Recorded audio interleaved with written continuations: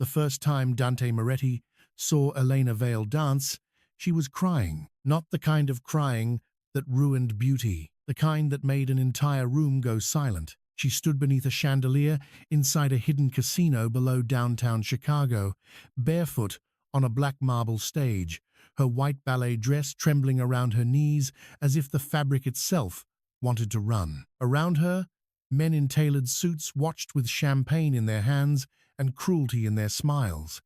Behind them, slot machines glowed like sinful little suns. Red velvet curtains framed the stage, gold light spilled across the floor, and in the center of the room sat Dante Moretti. He did not clap, he did not smile. He watched her like a man trying to decide whether she was a threat, a memory, or a wound. Elena lifted her arms as the music began. Her wrists shook. Her chin rose anyway. That was what broke something in him. Fear was everywhere in her face, but weakness was not. She danced as if someone had taken everything from her, except the one language her body still knew. Every turn looked like a prayer. Every step looked like a secret. The men around Dante whispered, laughed, drank, but he never moved. His dark eyes stayed on her as she spun beneath the chandelier, one tear sliding down her cheek, catching the light before falling onto the stage. Then Dante saw the bruise on her wrist, fresh, finger-shaped. His expression did not change, but every man at his table felt the air shift. On Dante's left, his underboss leaned closer. Boss? Dante raised one finger. Silence. The music swelled. Elena leapt, landed too hard, and almost collapsed. She caught herself with a trembling breath. Somewhere near the back of the room, Victor Salvatore smiled like a man admiring property. Dante saw that too. Victor Salvatore, patron of the arts, philanthropist, owner of half the private galleries in Chicago, the man who had wrapped himself in culture so no one would smell the rot underneath. Elena finished the final turn and lowered herself to one knee. The room erupted in applause. Dante did not clap. He stood, and because Dante Moretti stood, every criminal in that underground casino stopped breathing. Elena looked up. Their eyes met across the gold-lit room. She should have looked away. She didn't. For 1 second, the fear in her face changed into something more dangerous. Recognition without knowing why. Dante walked toward the stage slowly, past bodyguards, gamblers, politicians, and men who owed him blood. The closer he came, the quieter the room became. Elena rose to her feet, chest moving fast, eyes glossy but defiant. Victor stepped forward with an easy laugh. "Mr. Moretti, I hope our little entertainment pleased you." Dante did not look at him. He looked at Elena's wrist. Then he said, calmly, "Who touched her?" No one answered. Victor's smile tightened. "She's dramatic. Artists always are." Dante finally turned his head. The smile died on Victor's face. "I asked," Dante said, "who touched her?" Elena felt the room change around her. She had heard his name in whispers before. Dante Moretti, the man Chicago feared but never accused. The man judges avoided, police pretended not to see, and criminals treated like weather. You did not fight him. You survived him. And now he was standing at the edge of her stage, looking at her bruised wrist as if it offended him personally. Victor reached for her arm. "Elena, come." Dante caught Victor's wrist before it touched her. Not violently, not loudly, just enough. Victor's face drained. Dante leaned close and spoke so quietly only the first row heard him. "Never reach for what is not yours." Elena's breath caught. Victor forced a laugh. "Careful, Dante." She signed a contract. Dante released him. Then he looked at Elena. "Did you come here willingly?" The answer should have been simple. No. But Victor owned her apartment, her training, her medical bills from the injury that had nearly ended her career. He owned the company director, the theater schedule, the doctors, the critics. He owned the story people believed about her. So Elena said nothing. Dante read the silence better than any confession. He removed his black coat and placed it around her shoulders. The room watched in stunned disbelief. Elena froze beneath the weight of it. The coat smelled like cold rain, expensive leather, and danger. Dante turned to his men. "Take her home." Victor stepped forward. "You can't just—" Dante's gaze cut to him. "I can." That was all. Outside, Chicago rain hammered the alley behind the casino. Two black SUVs waited with engines running. Elena was guided into the back seat, still wrapped in Dante's coat, still barefoot, still shaking from a performance she had never wanted to give. As the SUV pulled away, she turned back. Through the rain-blurred window, she saw Dante standing under the casino's back entrance, surrounded by men in black suits. Victor stood several feet away, pale and furious. Dante did not look at Victor. He watched Elena leave. By sunrise, Victor Salvatore had disappeared, and Elena Vale's life became more dangerous than it had ever been. The next morning, the news called it a scandal. The arts world called it a mystery. The police called it an ongoing investigation. Elena called it the first quiet morning she had had in 3 years. She woke in her small apartment above a closed flower shop on the west side of Chicago. Rain tapped against the windows. Dante's coat hung over the back of her chair like a threat she had brought home by accident. Her phone had 43 missed calls. Company director. Unknown numbers. Victor's assistant. Reporters. A private investigator she recognized from months of being followed. There was also one message from an unknown number. "Do not open the door for anyone today." No name. It didn't need one. Elena stared at the message until her hands went cold. She should have been relieved. Victor was gone. The man who had controlled her schedule, her money, her body, her career, gone. But freedom did not feel like sunlight. It felt like standing on thin ice. A knock hit her door. 3 slow taps. Elena backed away. "Elena Vale?" A man called. "Chicago Tribune. Just a few questions." Another knock, then another voice. "Miss Vale, we represent Mr. Salvatore's estate. Estate?" Her stomach turned. The unknown number texted again. "Bedroom. Fire escape." Now, Elena looked toward the window. Below, in the alley, a black SUV waited. She should have been terrified. She was, but she was more terrified of the men outside her door. She grabbed a coat, climbed onto the fire escape, and descended into the rain.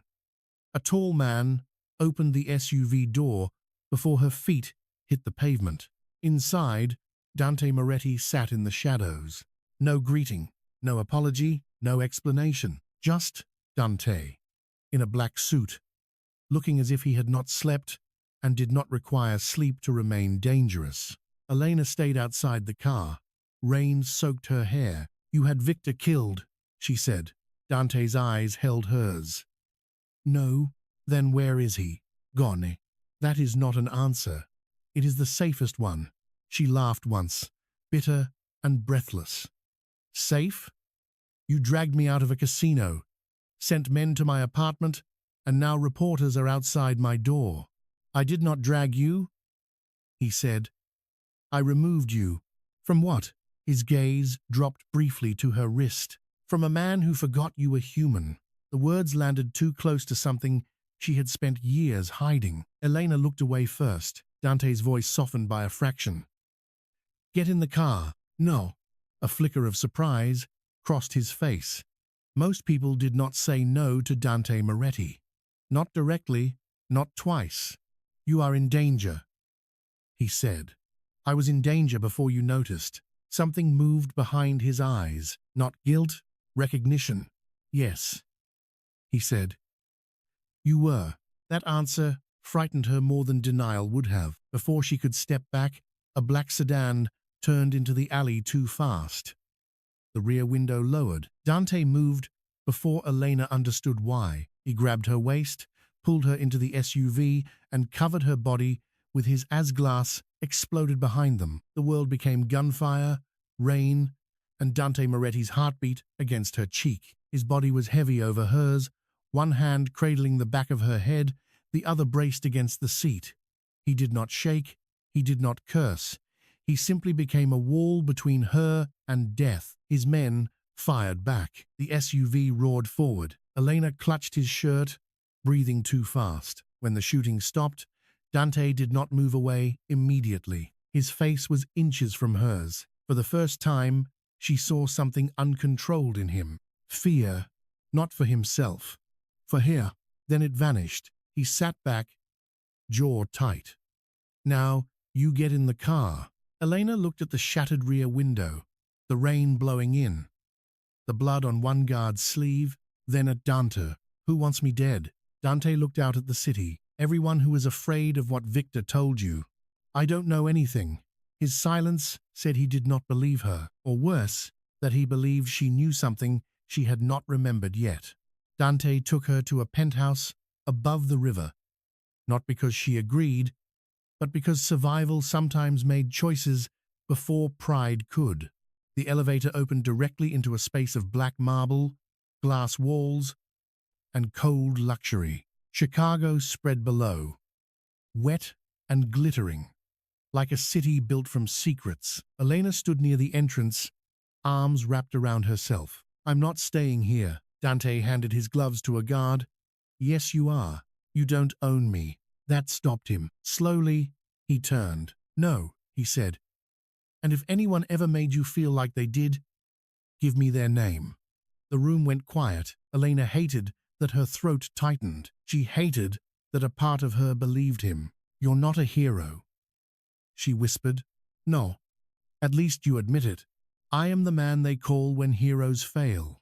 She should have found that arrogant. Instead, it sounded like a warning he was giving himself.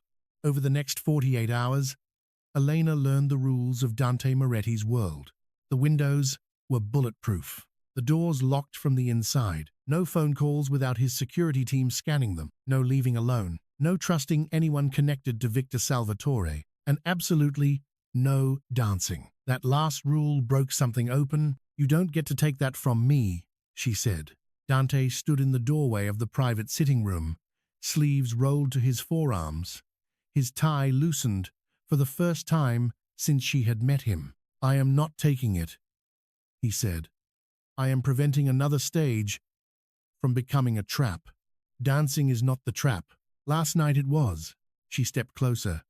You watched me suffer for an entire performance before helping me. The accusation hit him. Good. She wanted it to. Dante's face remained controlled, but his hand tightened at his side. I needed to know who in that room believed they had a right to enjoy it. And did you? Yes. And then what? You made them disappear too? His eyes darkened. Elena. The way he said her name was too intimate for a man who barely knew her. Too careful. Too dangerous. She lowered her voice. What happened to Victor? Dante walked toward her slowly. She held her ground even when every instinct told her to step back. He is alive, Dante said. Her breath stopped. Where? Somewhere he cannot reach you. Why would you keep him alive? Because dead men stop answering questions. Elena searched his face. What questions? For the first time, Dante looked away.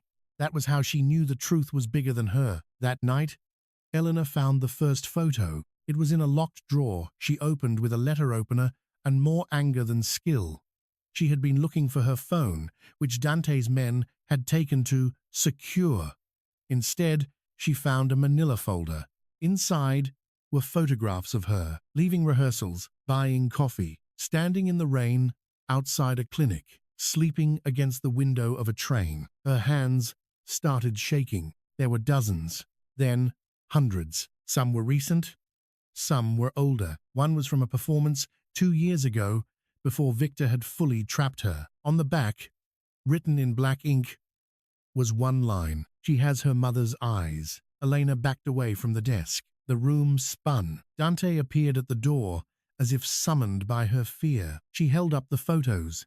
What is this? His face changed. Not guilt, pain. Where did you find those? That's your question? Her voice cracked. You've been watching me?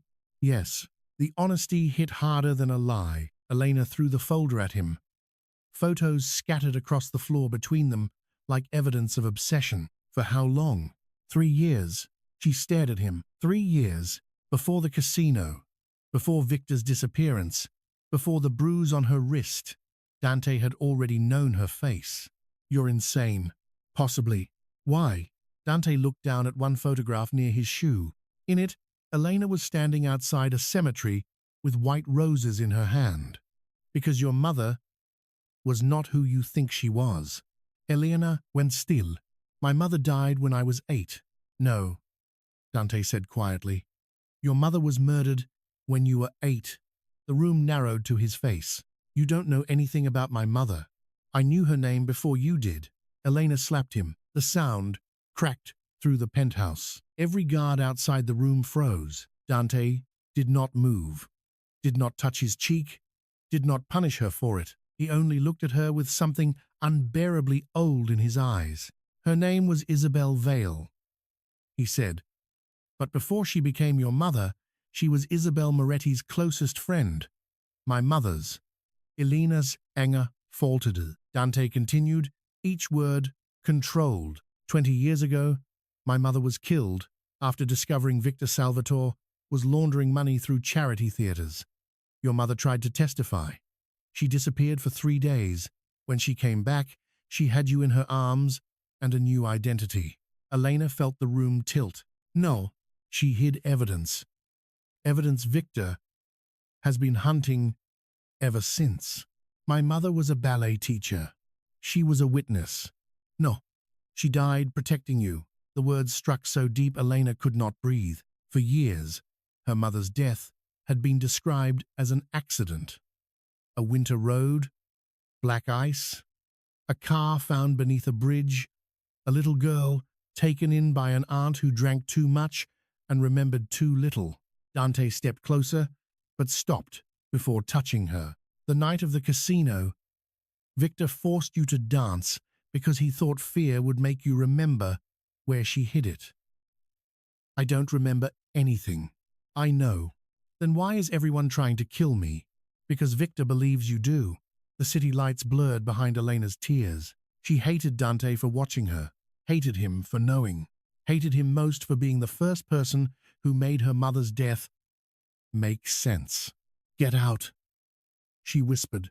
This is my home. Then I'll leave. No. Her eyes flashed. You don't get to say no. Dante stepped close enough that she had to look up at him. His voice lowered. You can hate me from behind locked doors. You can curse my name under my roof. You can break every glass in this room if it helps you breathe. But you are not walking into a city where men are waiting to put a bullet in you. Their faces were inches apart. The air between them changed. Fear, anger, something worse, Elena whispered. I don't know whether you're protecting me or keeping me. Dante's gaze dropped to her mouth for one brief second before returning to her eyes. Neither do I. That was the first honest thing he said that truly terrified her. Days passed inside Dante's penthouse like a storm trapped behind glass. Elena stopped asking to leave because every exit became another threat. A car followed Dante's SUV. A man posing as a delivery driver tried to enter the building with a knife hidden under flowers. A news anchor reported that Elena Vale was romantically involved with the criminal suspected in Victor Salvatore's disappearance. By evening, her face was everywhere. Ballerina mistress of Mafia King, Dante watched the broadcast without expression. Elena threw the remote at the wall. This is your fault. Yes. She blinked. Dante stood by the window, hands in his pockets. They cannot attack you openly if the world believes you are mine. Yours? He said nothing. Elena laughed, but it broke halfway. So that's the plan? Turn me into your fake lover? It keeps you alive. It destroys my reputation. Your reputation can be rebuilt. My name is not a chess piece. No, he said. It is bait. The word chilled her. Dante saw it and softened his tone, but not enough to undo the damage. Victor is alive. His allies do not know where. They need you visible. They need me emotional. They need a mistake. And you don't make mistakes? His eyes held hers. I made one when I let you dance the full song. Elena had no answer to that. That night, Dante took her to a black-tie gala at the Art Institute. Not as a prisoner. As a warning, she wore a black satin dress chosen by his sister, Valentina, the only person in the penthouse who spoke to Elena like she was not made of glass. Dante wore black, as always. When Elena stepped into the lobby, he looked at her once and forgot to hide it. The silence between them stretched. Valentina smiled faintly. Careful, brother. People will think you have a soul. Dante did not look away from Elena. They would be mistaken.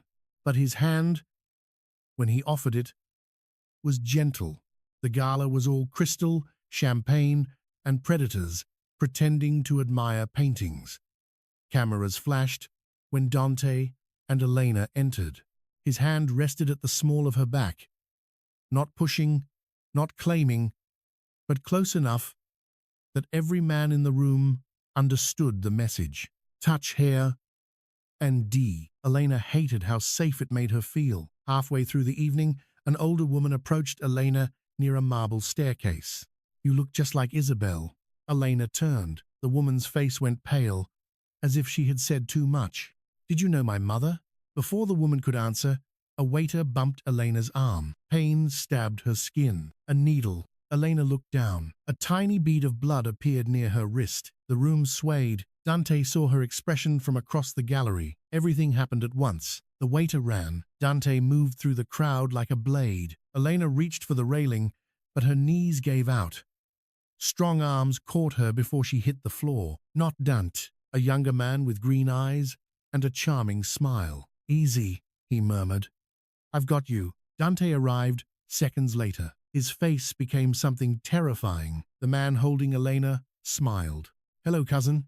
Elena tried to focus. Cousin? Dante's voice was ice. Nico Moretti looked down at Elena with interest. She's pretty or awake. Dante's hand closed around Nico's collar and slammed him against the marble wall.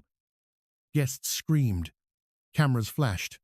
Bodyguards surged forward. Even drugged, Elena saw the truth. This was not only about her. This was family. Dante leaned close to Nico. What did you give her? Nico smiled through the pressure on his throat. Enough to make her remember. Dante's control cracked. He struck him once. The sound echoed through the gallery. Elena's vision blurred. The last thing she saw before darkness took her was Dante lifting her into his arms while the gala dissolved into chaos. His voice was low against her hair. Stay with me, Elena. She wanted to. That was the problem. She woke in a private hospital suite, with rain sliding down the windows, and Dante Moretti asleep in a chair beside her bed. No, not asleep, waiting with his eyes closed. The moment she moved, he opened them. His shirt was wrinkled. His jaw shadowed. There was dried blood across his knuckles. For a moment, he looked less like a king and more like a man who had been forced to pray and hated the humiliation of it. What happened? She whispered. You were poisoned. She tried to sit up. Dante stood immediately, one hand hovering near her shoulder, stopping before contact. Don't. The restraint hurt more than touch would have. Nico is your cousin? Yes. Did he do this? He delivered it. For Victor? For himself. Elena closed her eyes.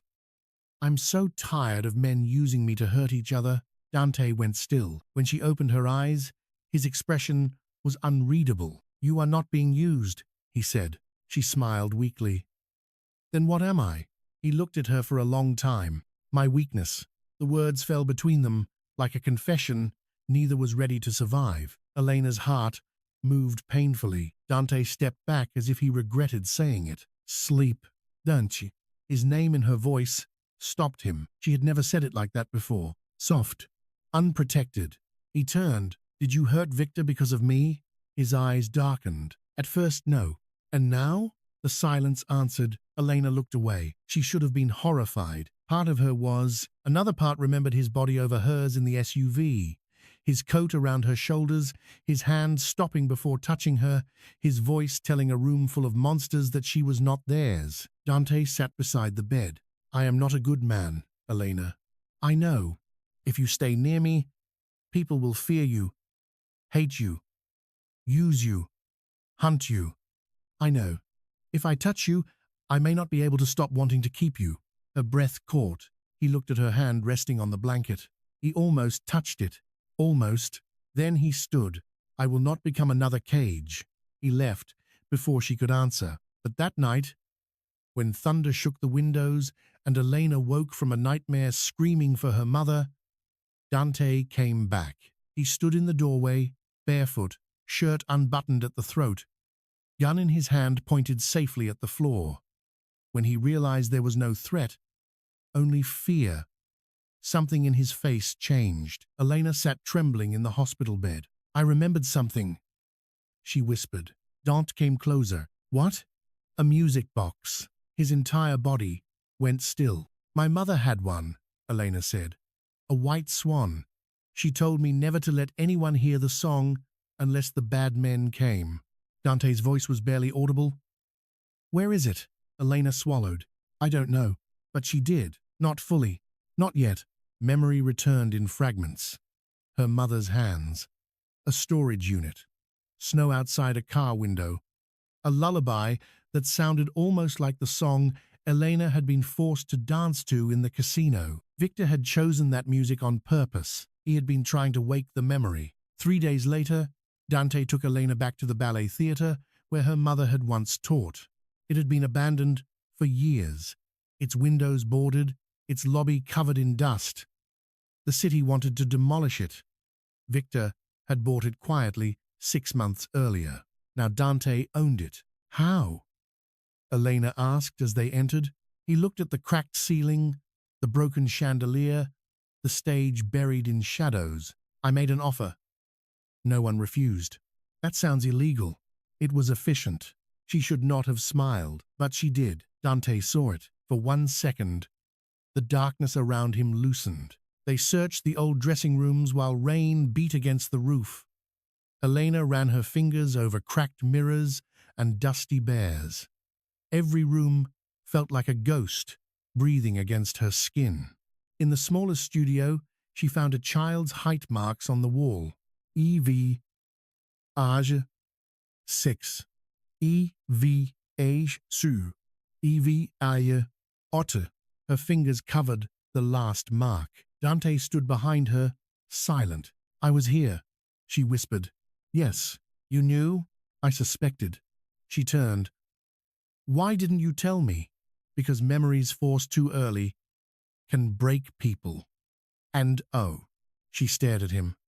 Since when do you care if people break? His answer came too fast. Since you... The air changed again. He seemed to regret it, but not enough to take it back. Elena looked away first and noticed a loose floorboard beneath the old piano. Inside was a rusted key, not to the theater, to a storage unit. The address engraved on the tag was on the south side. They arrived after midnight. The storage facility was empty, lit by buzzing fluorescent bulbs and washed in rain. Dante's men spread out.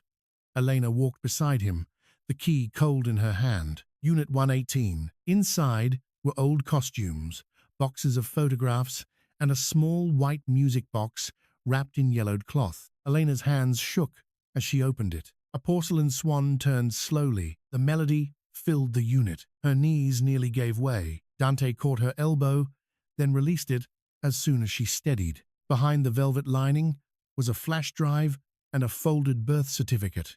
Elena unfolded it. Her name, her mother's name, and under father, unknown. But beneath it was another document, a sealed adoption petition, never filed. Petitioner, Dante Moretti's mother. Elena looked up. What is this?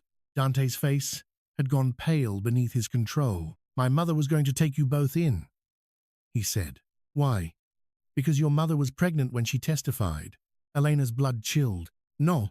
Dante looked at the paper in her hand. Victor knew. No.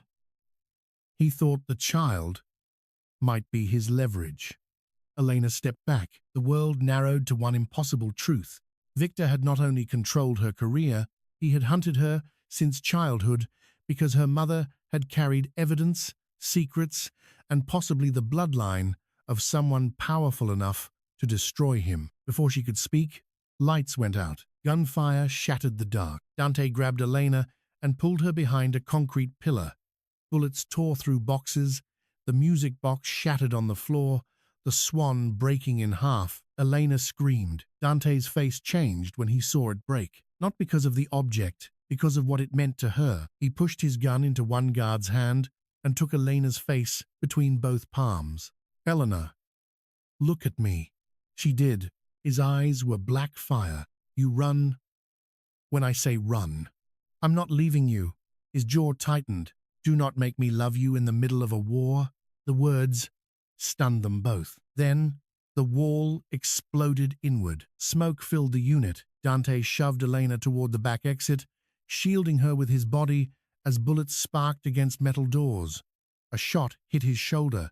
He stumbled, but stayed standing. Elena saw blood spread across his white shirt. "Dante." He pushed her into the arms of his guard. "Take her." "No." She fought, but the guard dragged her through the rain toward an SUV. The last image she saw was Dante standing in the smoke, bleeding, calm, and terrifying, firing into the dark while men came for him. The SUV sped away without him. For the first time, Elena understood the horror of being protected by a man willing to die before admitting he was afraid. By dawn, Dante was missing. The city woke to rumors of a mafia war. Elena woke in a safe house on the edge of Lake Michigan, wrapped in a blanket, hands stained with Dante's blood. Valentina stood near the window, face tight. "Where is he?" Elena asked. Valentina did not answer quickly enough. Elena stood. "Where is he?" "They took him." The words hollowed the room. "Who?" "Nico." Elena's grief became something sharp. "Then we go get him." Valentina laughed once, without humor.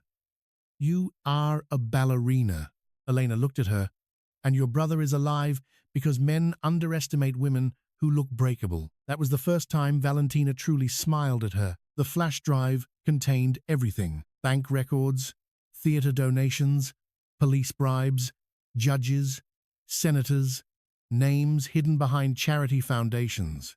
Victor Salvatore had built an empire under velvet curtains and applause. But one file was encrypted with a password.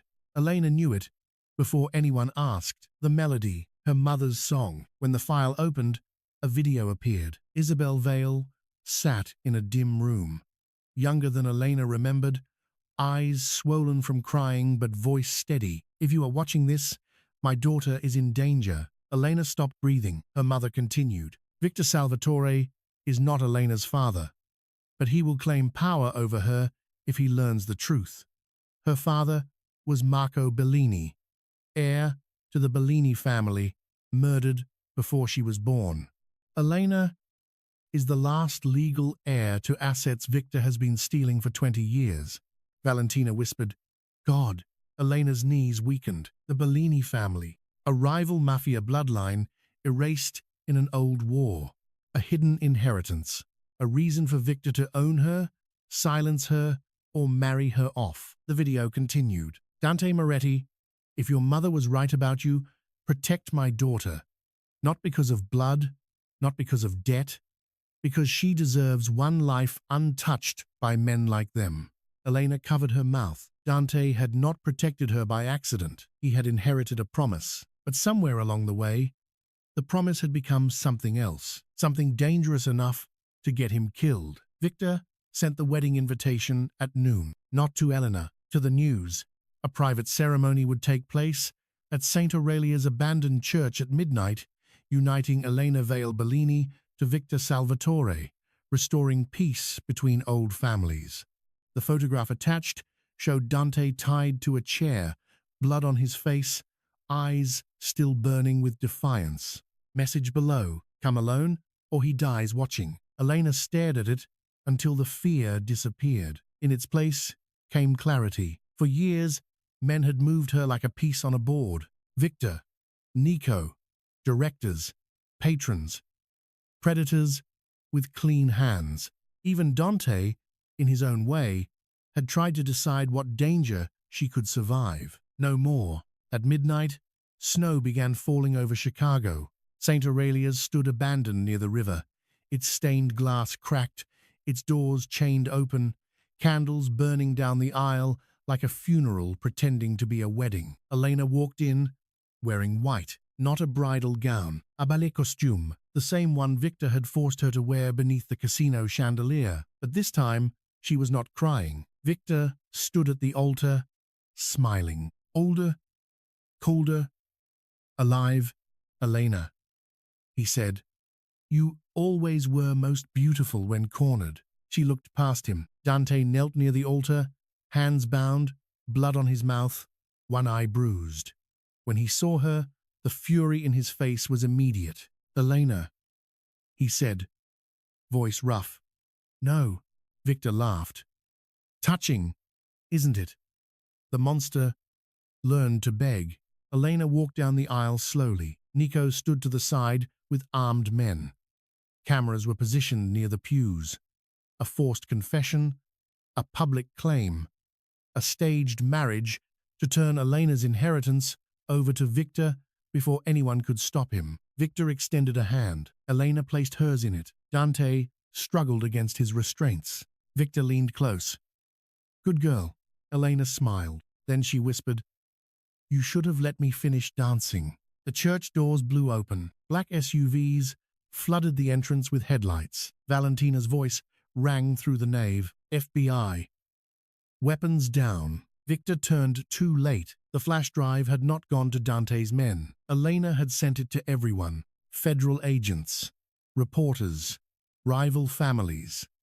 Every person Victor had bribed and betrayed. Chaos exploded. Nico grabbed Elena, but she drove the heel of her ballet shoe into his foot and slammed her elbow into his throat. Dante broke free with the help of a hidden blade. Valentina had slipped under the altar cloth. Victor pulled a gun. Dante stepped between him and Elena. The shot hit Dante in the side. Elena screamed. Dante did not fall. He crossed the distance to Victor with blood spreading through his shirt and struck him so hard, Victor crashed into the altar, candles scattering across stone. Victor reached for the gun again. Elena picked it up first. Her hands shook, but her aim did not. Victor smiled through blood. You won't. She stared at the man who had stolen years of her life. No, she said. I won't become you. Then she lowered the gun. Dante looked at her. In that moment, something passed between them. Not weakness, choice. Federal agents took Victor alive. Nico was dragged out screaming. The church filled with sirens, snow, candle smoke, and broken power. Dante staggered. Elena caught him before he fell, though his weight nearly brought them both to the floor. Stay with me, she whispered, echoing his words back to him. His bloody hand rose, stopping just before her cheek. Even dying, he asked permission with silence. Elena leaned into his palm. Dante closed his eyes, and for the first time in his life, Chicago's most feared man looked afraid. Not of death, of leaving her. 3 weeks later, Elena danced again. Not in a casino, not for criminals, not because anyone forced her. She danced on the restored stage of her mother's old theater, reopened under the name Isabel House. The audience was small, survivors, witnesses, women from shelters funded by money, recovered from Victor's empire, dancers who had once been silenced. Valentina in the front row, and Dante. He sat in the back, still healing, dressed in black, half hidden in shadow. He had refused the front row. I distract people, he said. Elena had smiled. You terrify people. That too. Before the performance, she found him standing alone in the wings. You're leaving after tonight, she said. He looked at her. Who told you? You did. Every time you looked at me like goodbye was protection. His jaw tightened. I have enemies left. I know. They will come for what I love. Her breath caught. Dante stepped closer, but stopped at the edge of the stage light. I can burn cities for you, Elena. I can make powerful men disappear. I can stand between you and bullets without thinking, but I do not know how to love without becoming dangerous. Elena walked toward him. Then learn. His control faltered. You should choose someone gentle. I am not asking for gentle, Elena. I'm asking for honest. He looked at her as if she had offered him something more terrifying than death. She touched his chest, careful of the healing wound beneath his shirt. "You were right," she whispered. "You are not a good man." His eyes lowered. "But you became the first man who protected me without asking me to become smaller." Dante's hand covered hers. Slowly, reverently, "You make me want a life I have no right to touch. Then earn it." The music began. Elena stepped onto the stage. This time, when she danced, there were no tears, only memory, only fire, only the unbearable beauty of a woman reclaiming her body from every man who had tried to own it. At the final note, the audience rose. Elena looked past them all. Dante stood in the shadows, one hand pressed against his side, eyes fixed on her like she was the only light left in a world he had spent his life controlling from the dark. He did not clap. He placed one hand over his heart, and Elena smiled. Months later, Chicago still whispered about them, about Victor Salvatore's trial, about the ballerina who exposed an empire, about the mafia boss who dismantled half the city's criminal underworld after one woman danced in tears. Some said Dante Moretti had changed. They were wrong. He was still dangerous, still feared, still capable of making violent men lower their eyes. But on rainy nights, outside a small theater, glowing softly on a forgotten street, a black SUV could often be seen parked beneath a flickering streetlight. And inside the theater, Elena Vale danced. Not for survival, not for permission, not for him, for herself. Dante watched from the last row, silent and devoted, loving her in the only way he knew how at first, by guarding every door, remembering every shadow, and never touching the wings she had fought so hard to grow. Then one night, after rehearsal, Elena found him alone on the stage. No guards, no phone, no armor except the black suit he wore like a second skin. Snow fell beyond the tall windows. He held out the repaired music box. The porcelain swan had been restored, its cracked wing lined with gold. Elena stared at it. "How? I know people who fix broken things." She looked up, his voice lowered. "I am trying to become one of them." The melody began, soft, fragile, alive. Elena stepped closer. Dante did not move. She took his hand. For once, he let someone lead. They danced slowly beneath the empty theater lights. Not ballet, not ballroom, just two damaged people learning the shape of trust. His hand rested at her waist with careful restraint. Her forehead leaned against his chest. Outside, Chicago glowed cold and silver. For the first time, Dante Moretti held something precious without trying to own it. For the first time, Elena Vale stood close to danger and did not feel trapped. And when she looked up at him, he whispered the words he had once treated like weakness. "I love you." Elena touched the scar beneath his shirt, the proof of the night he had chosen her life over his own. "I know," she whispered. "That's why I stayed." Dante lowered his forehead to hers. No kingdom, no casino, no blood-soaked church, only music, snow, and the quiet miracle of a monster learning devotion from the woman he failed to frighten away.